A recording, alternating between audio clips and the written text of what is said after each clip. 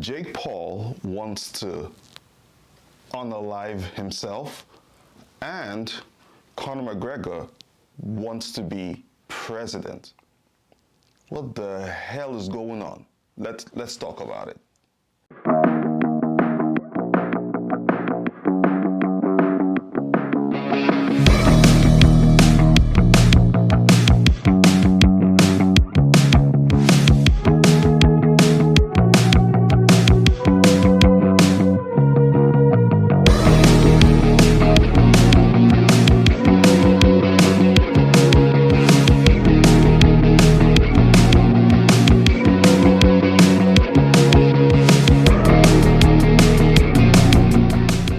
Hello, ladies and gentlemen. Welcome back to another episode of the show. Let's have a conversation about several things. But before I start, I'm also a cinephile, so I'm going to point this out. The Snow White movie sucks ass, and I knew it was going to suck a lot. Now that I've gotten that out of the way, let's focus back on MMA and talk about, the sad news of George Foreman passing. Let's talk about Jake Paul versus, oh boy, Jake Paul versus Anthony Joshua. That's a mission to execute yourself, a mission on self-deletion, if you catch my drift. I want to talk about Conor McGregor and his political ambitions. I would like to also spin the block and talk about Illia toporia and what may be going on with him in the lightweight division right now.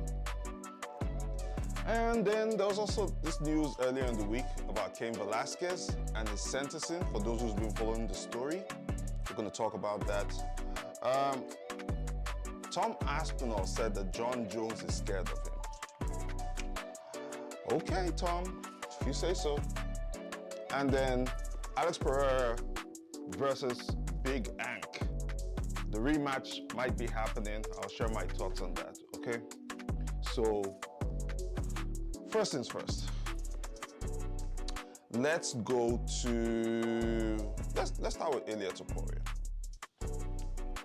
So, as I said in my previous video in episode 36, I believe it was, I talked about Illia toporia's rise to the light heavyweight division.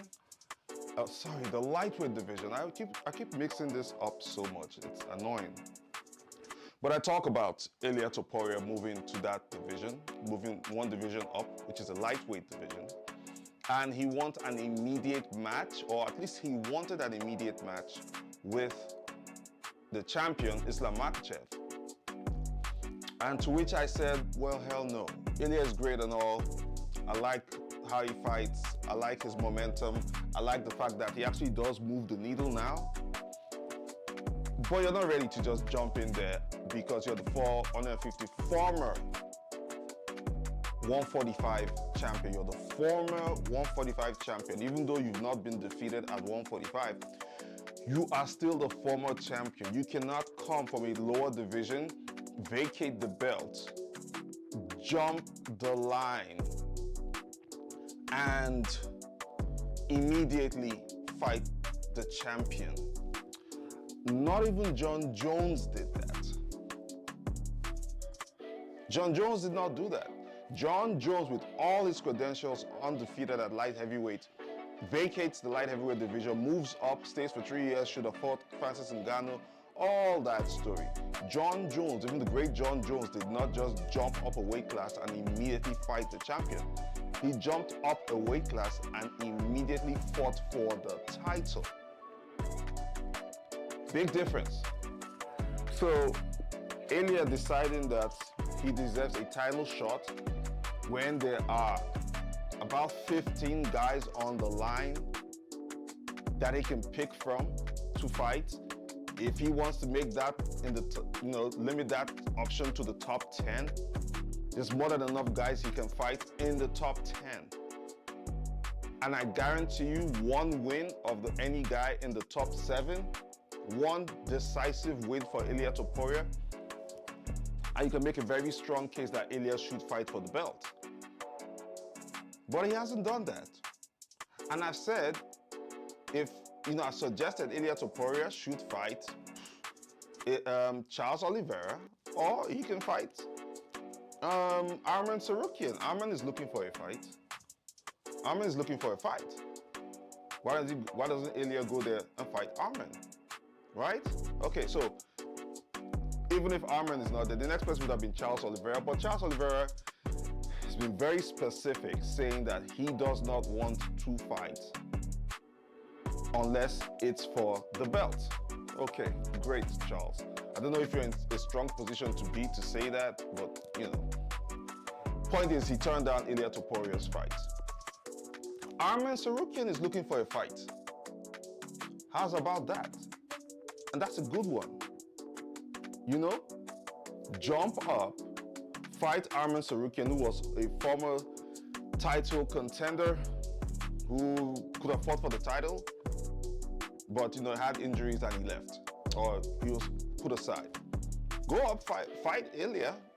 Fight Arman. And when you fight Arman, and then if you win, you can go for the belt, in my personal opinion. And then I saw this clip somewhere online, it's similarly related topic.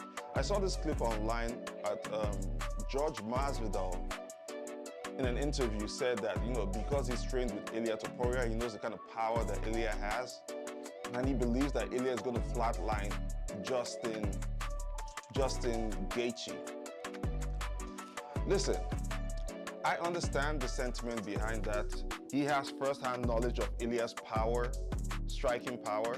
So I'm not gonna sit here and say Illia can knock Justin Gaethje out. But I can tell you for free, Justin Gaethje can equally close out the lights in Illia Topuria, just as easily as Illia has a chance to KO Justin Gaethje. Can we agree on that? Can we agree that even if it comes to wrestling, right, Justin Gaethje can hang with Illia Topuria? Can we agree on that? I think, if anything, the only thing you could say, maybe Illia will have the two things I believe Illia has an advantage over Justin Gaethje is three things I would say, one of which is the champion's confidence, because he's an undefeated champion, whether you like it or not. Two, the technique. Illia has very, very good technique, especially his striking technique, and I truly believe he's better than Justin Gaethje in that department. And the last thing is speed. I think Illia Topuria is way faster than Justin Gaethje.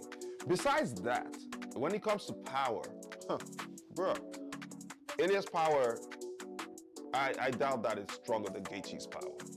I mean, look, Gaethje has guys with faces that have been, rearranged by running into his fist. So I don't see how I don't see it. I don't agree with Masvidal when he has that kind of confidence that Illia is going to put Justin Gaethje's lights out as easily as Masvidal presents it. But it goes back to my statement once more. Illia Topuria just should do one fight in lightweight and then go and fight for the title. Sorry, it's just what it is. Don't want to waste too much time on that. Transition to the next one. All right, so pretty sad news. I heard about the passing of George Foreman, former heavyweight boxing champion of the world. Actually, George, I believe, became the oldest champion, the oldest person to win a world boxing champion, I believe. Not really sure about it, but I love George Foreman.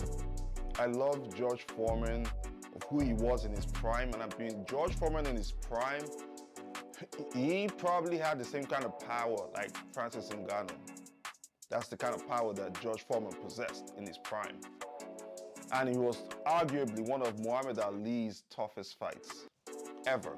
The Rumble in the Jungle in Kinshasa, Zaire, Boumaier Ali, if you ever saw the Will Smith movie, yeah, that was Big George.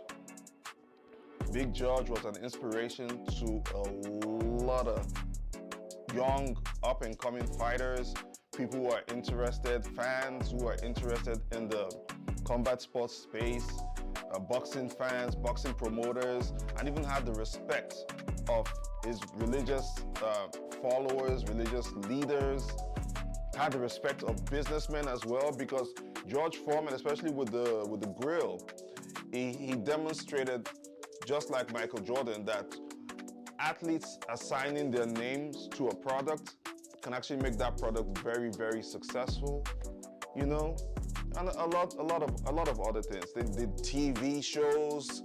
He did a sitcom. George Foreman was a sports analyst. I mean, talk about somebody who was very dynamic. George Foreman was that guy. And it was sad to just wake up one day. I went on X actually. You guys follow me on X, by the way, at The Dumb Casual. Find me, Mr. TDC, on X at The Dumb Casual. I decided, all one word, at The Dumb Casual. I decided to set that up a few days ago because, yeah, I want to be more active on X. But then I jump on X and the first thing I see is George Foreman passed. And I swear to God, that put a damper in my first foray on X as myself, of course. You know,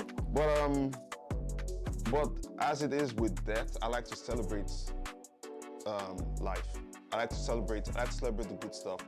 I like to point out all the good stuff people did in their lives when they are no longer here, because I really think that as much as possible, while we want to remember everything, I think when people pass on, we should try as much as possible to focus on remembering them for the good stuff.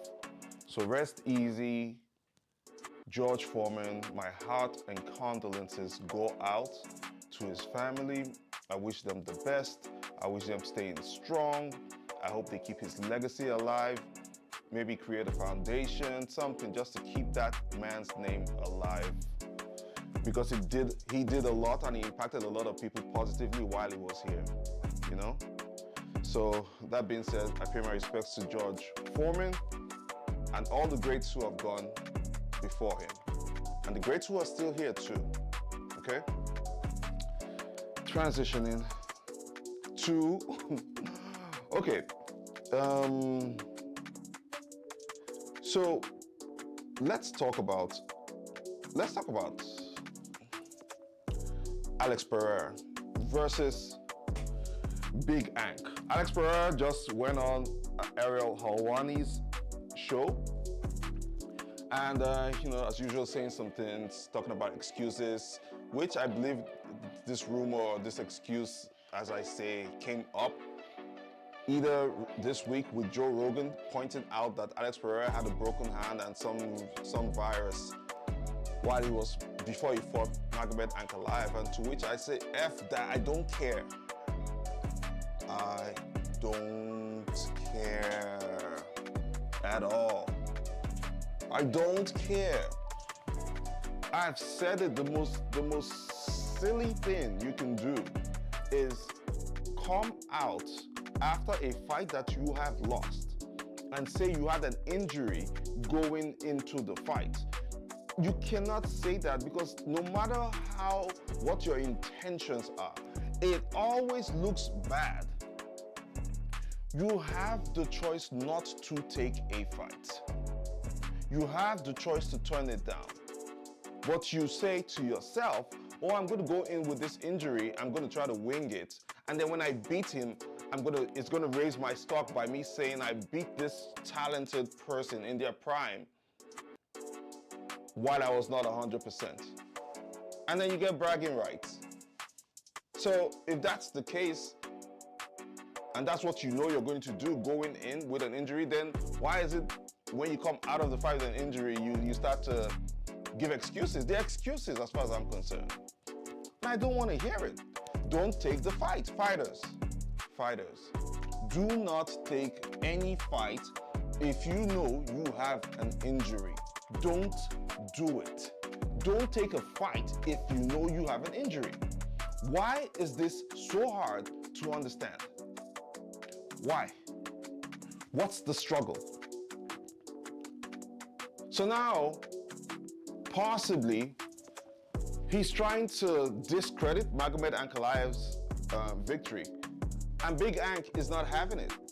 And I don't blame Big Ank for responding. And truth be told, Alex, I don't think that fight would have gone different even if you had no injuries or no viral infection. It would have made no difference. I think the only way you may be able to win Magomed Ankalaev is if Magomed Ankalaev is stupid enough to stand and trade with you. But I also advise against that. If you guys remember, I said Magomed Ankalaev should throw everything, including the kitchen sink, at Alex Pereira, and by that I mean wrestling, grappling, judo, jiu-jitsu, ground games, striking, everything legal in the book. Go at it. Mix it up like a mixed martial arts fight. You make that exclusively a striking fight, it's not to your advantage. And maybe Magomed Ankalaev saw this video and listened to it. Magomed or his coach, one of them saw this video, might have listened to it. Because that's exactly what he did. And Alex is not that well-rounded. I've always maintained this. Alex is not well-rounded enough as a mixed martial artist. I'm not going to say he became the champion and the Charmer train started by a fluke. No, I think that was more Leon Edwards. That wasn't Alex Pereira. But, bruh, it's not looking to me like Alex is going to get that belt back anytime soon. But there's a setup, potential talks for a rematch. Alex has proposed August this year. It's not so far off. Give him time to heal. Give Magomed Ankalaev time to rest. He's the champion. Let him enjoy himself. That man has been on the tier for years, winning streak for years. He actually hasn't rested. They've been doing him dirty for a long time. So let him have his moments, right? Let him have his little thing. I think August is just perfect. Let's see how that works. Let's see how that works. And while we're at it, in that card, wherever that card is, throw in Marvin Vettori versus Shara Bullet. Because Marvin just lost at 185. Shara just lost at 185. Shara is up and coming. Marvin is a veteran. Marvin wants to still get the belt, which, hey, listen, kudos to him for trying. Shara is aiming to make a name and establish himself in that division. I think that is a perfect fight for both of them. If either of them can walk through the other, then they've established that they need to be in that division. Throw that fight on the same card, the same pay-per-view with Magomed Ankalaev and Alex Pereira. Rematch. My personal opinion. Could be wrong. That's just what I think, okay? Transitioning now. So, St. Patrick's Day. I go on X and I see that Conor McGregor is about to get to the White House to have a meeting with, the President of the United States, aka the guy you guys love to hate. And it looked to me like it was a productive meeting. Conor was there, Conor had his family there, and then Conor also had some time with Caroline Levitt. I believe she's the White House press secretary. They had moments, he took some questions and things like that. But more importantly, Conor made a speech about Irish nationality and the fact that Ireland as a country is being overrun by immigrants. And I said, I never knew that until Conor brought it up. And I went to the comment section to see what the reactions were. And quite frankly, there were a lot of people who were agreeing with Conor. And then not long after, Conor does another press conference where he's sort of alluding to the fact that he may be done with mixed martial arts. He has 2 contracts left, or 2 fights left in his contract. But he might be looking to chase political ambitions. He might have some political aspirations. Conor McGregor is looking to run for the president of Ireland.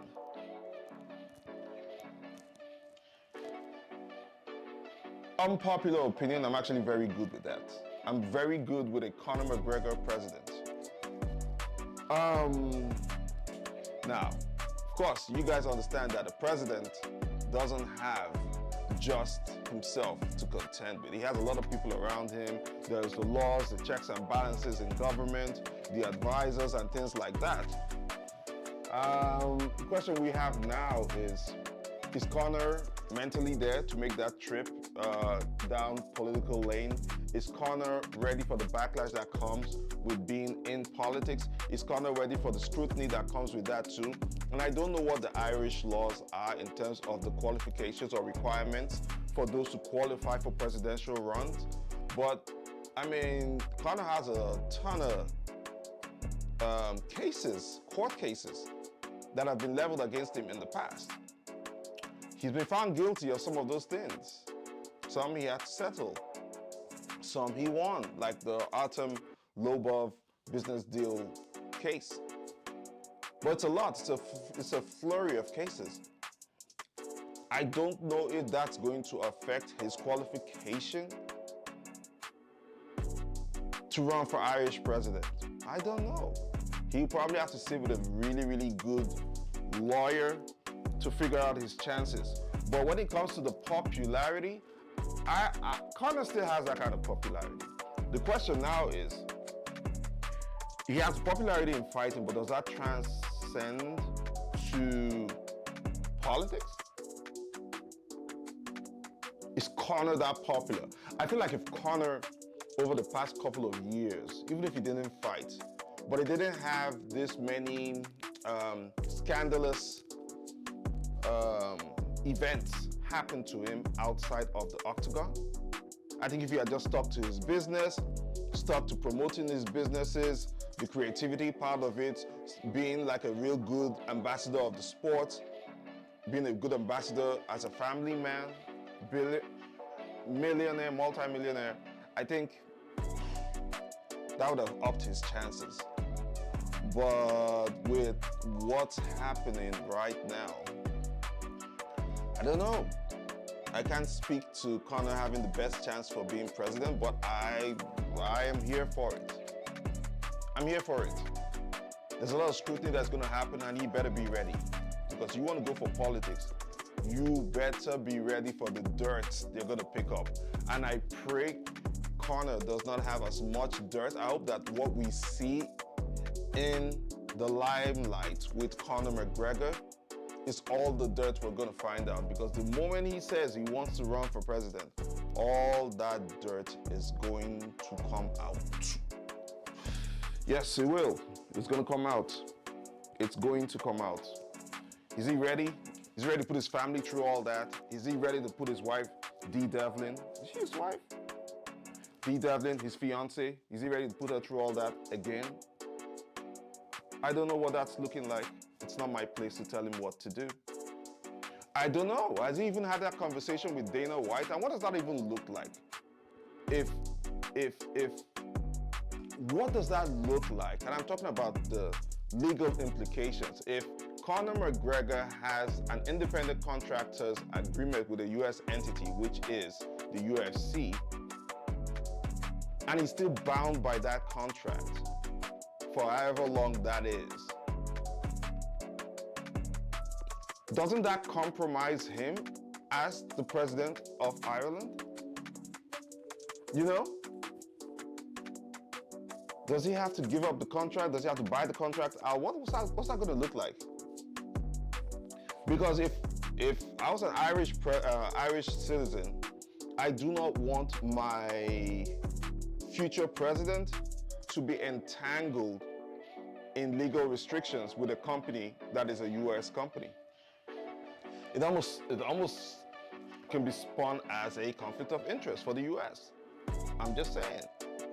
So if he becomes president in Ireland and he decides to meet with Dana White to do some collaborations with the UFC, you see how that's going to look? I don't know. I'm just playing around with these thoughts in my head. But again, back to the crux of the matter, I support Conor McGregor's ambitions for president. I'd like to see what he'll do. I want to believe he'll surround himself with reasonable people. I want to believe he's going to stay off any substance if he is, allegedly.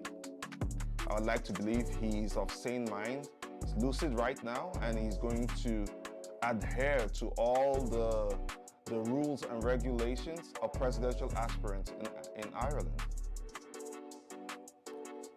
We don't know.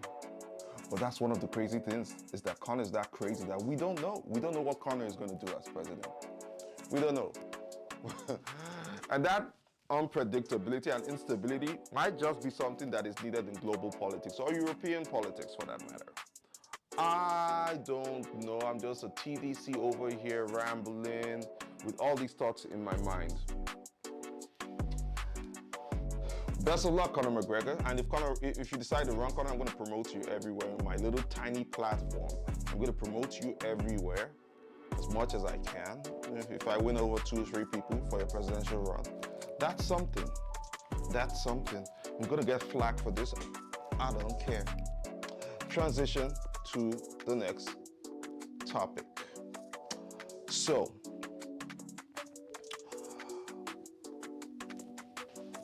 for those of you who have been following this issue with Cain Valasquez just got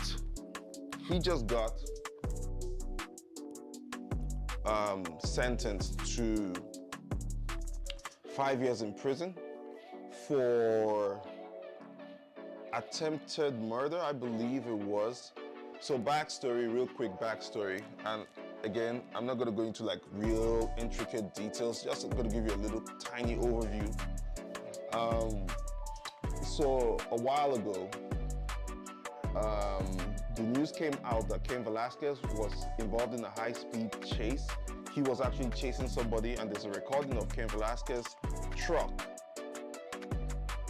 chasing some other vehicle in the US in California, and Cain fired shots at that vehicle, endangering other members of the public. I believe someone actually got shot too, but not someone in the vehicle. And the reason was Cain Valasquez found out that somebody in the vehicle he was chasing had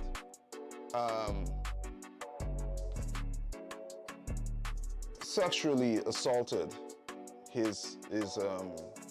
someone in his family, a younger person in his family.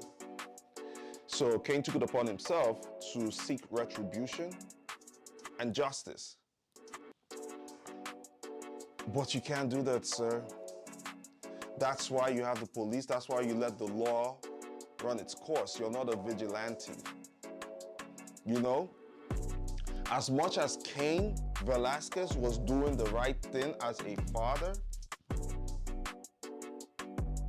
the way he went about it was the wrong way. I'm man enough to admit that. I have Cain on my Twitter. I support Cain Valasquez. I like Cain's run as champion when he was fighting in his prime. I look forward to the fight with him and Ngannou when he came back, and Francis Ngannou just ran through him. And then I knew Cain wasn't ready to come back, or probably would never. But even I recognize that as much as I'm a fan, Cain Valasquez did not go about the retribution the right way. It is a very valuable lesson in anger management, emotional regulation, and control of your feelings, especially as a man. Because when you react, to try to react stoically, be stoic, be poised, think about your actions before you take out those actions. That is how most men should think. That's how most men should act. You cannot just act in a brash, vigilante-like manner and then don't expect consequences to happen. And I think the worst part about all this is the fact that Cain, by his actions, removed the focus of the actions of the perpetrator. The action should have been what the perpetrator did, the shaming of the perpetrator, and all of us condemning that perp.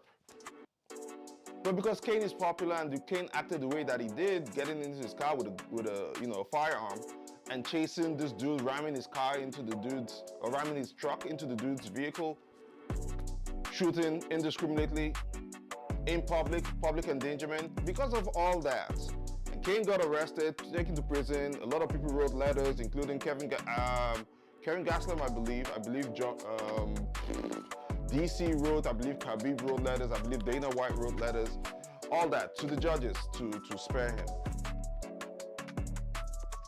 Even in all that, it hurts me to think that Cain's actions took away from the real focus, who was the perp. The perp is going to be sentenced too, don't get me wrong, but this case suddenly became about Cain. Now, the MMA community has been strongly, solidly behind Cain Valasquez, from DC to Khabib to Bryce Mitchell, Anato Moicano, Michael Chiesa, Gilbert Burns, many people, myself included. Free Cain was real. Kamaru Usman, I believe, also made a comment. Henry Cejudo, amongst other people. And rightly so. You know, but the law is the law, and the law has to run its course. And whether we like it or not, Cain himself has manned up and taken responsibilities for his actions. And he said, listen, whatever the judges give me, I'm going to take. We have to respect that, though. We have to respect that. And he's doing his time. So, big respect to Cain Valasquez. I hope he does good time, come out. He's Cain Valasquez, former heavyweight champion of the world. He might not be, there might not be too many people ready to F with him in prison. The same way I reckon that not many people would have wanted to F with Mike Tyson when Tyson went in there in his prime. I'm just saying, okay? But shout out to Cain. Shout out to the justice system for not being too like a justice system. Just saying. I wish the perp to go to hell and burn. And that's all I'll say about that. Transition. 2, Jake Paul is calling out Anthony Joshua. Jake Paul, why do you want to commit self-deletion? Why? Why do you want to end yourself? Have you seen the size of yourself and Anthony Joshua? Have you seen this? Have you seen what Anthony Joshua has been doing to guys who are way bigger than you?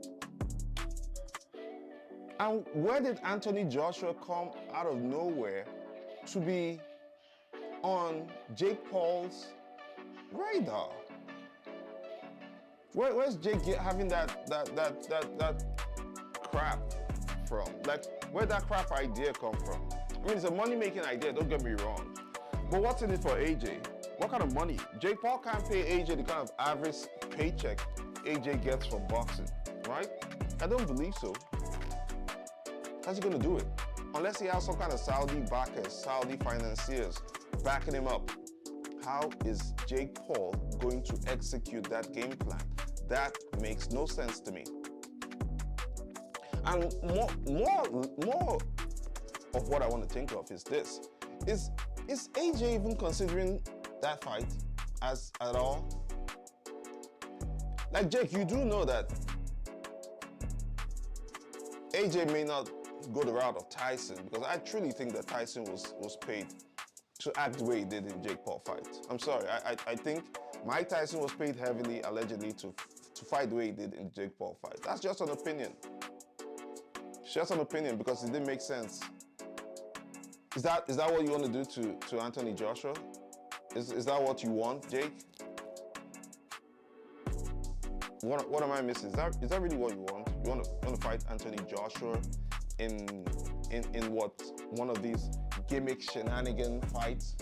Anthony Joshua, former heavyweight champion, serious boxer, a serious boxer who has several pounds on you, 2 digits.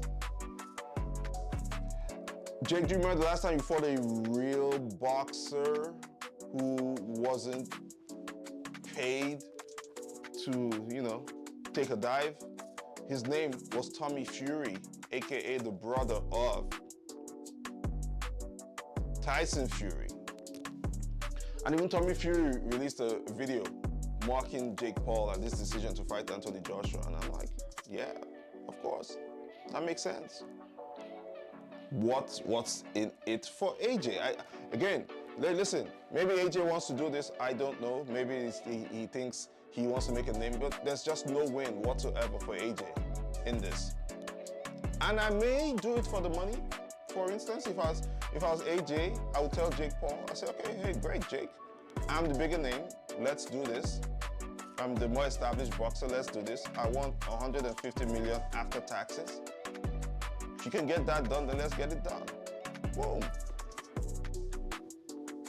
Just because I know there's no way he's gonna be able to get that kind of money to pay me. I'm a prize fighter. I'm a former world champion. I'm looking to regain my belt, and then Jake Paul is coming out of nowhere, asking me to fight him. Why? What am I gonna do with that? Anyway,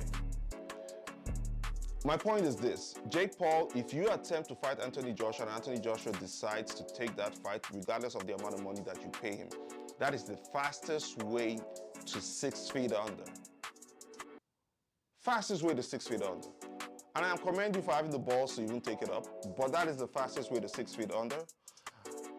And I don't know that you'll be coming back out. I'm just saying.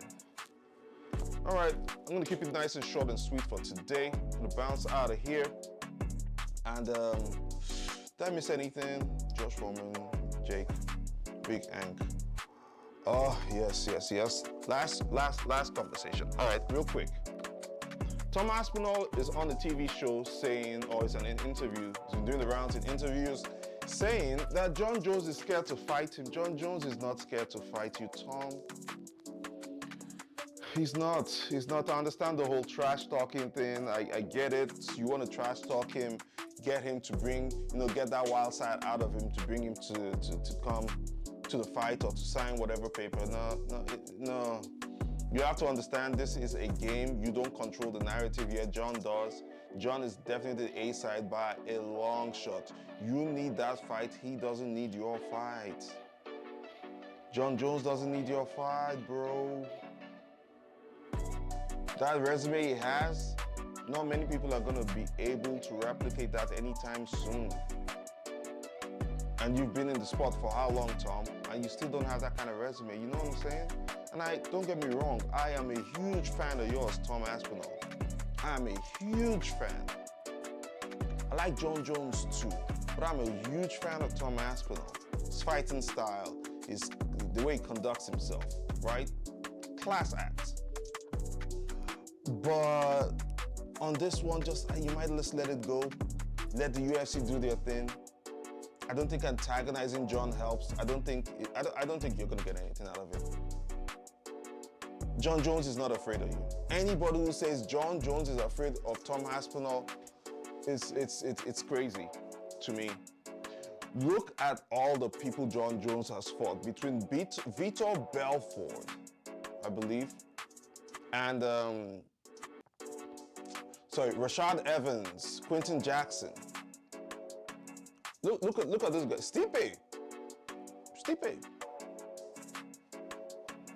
DC. Jon was never afraid of these guys. Why is he afraid of Tom Aspinall? Any of these guys I've called will fight Tom Aspinall at the drop of a pin. They wouldn't even think twice. So why do you think Jon would be afraid of you? He's not. If I was Jon, I'm going to play this game as well. This is my possible retirement fight. This is a fight that threatens my legacy. All the work I've had done for the last 15 years, this fight threatens that. So I'm going to ask for a lot of money. So when I exit the place, you guys can have all your fun. And that's the game Jon is playing, and I think that's okay. I have no problem with that. Let Jon play how Jon wants to play. When it's time, he's going to come to the table. Dana is so sure this is going to happen this year. Hunter Campbell is sure. Mick Maynard, Sean Shelby, they are all sure this is going to happen. Tom, even you have admitted that you know your position right now, you know where it's going to, you know what's going to happen in the next couple of, whatever, days, months, weeks.